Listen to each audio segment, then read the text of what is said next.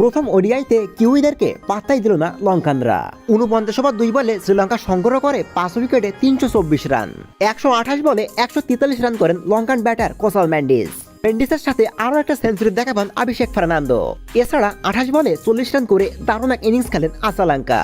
নিউজিল্যান্ডের হয়ে ৮ ওভার ২ বলে ৪১ রান দিয়ে ৩টি উইকেট নেন জ্যাকব ডাবি। ১০ ওভারে ৬২ রান দিয়ে ১টি উইকেট নেন ইসরাউদি। ৯ ওভারে ৭৩ রান দিয়ে আরও ১টি উইকেট নেন মিচেল ব্র্যাকওয়েল। টিএলএস ম্যাটুদে ব্যাটিংয়ে আসে নিউজিল্যান্ড।